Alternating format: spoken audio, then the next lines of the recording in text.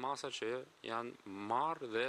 që po vlerësohet marrja e tyre. E para është ngritja e bordit të transparencës për qytetarët, që ne kupton që kemi një bord që vendos çmimin tavan dhe pavarësisht gjitha diskutimeve akoma nuk kam dëgjuar një element që ky bord ka marrë ndonjëherë vendim në dëm të qytetarëve. Pra edhe sot çmimi është 218 lek, në fakt mund të kishte hapësirë për një rritje me të lartë me 1 lek, i cili nuk është mbledhur bordi dhe metodologjia përkatëse është shumë transparente.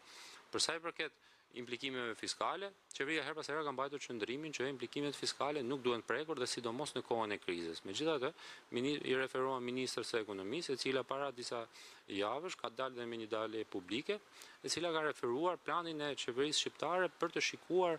uljen e taksës aksizës mbi rritjen e një çmimi të caktuar të karburanteve, i cili mes në dijenin time është në faza shumë të avancuara dhe pritet vlerësimi dhe shqyrtimi i tij.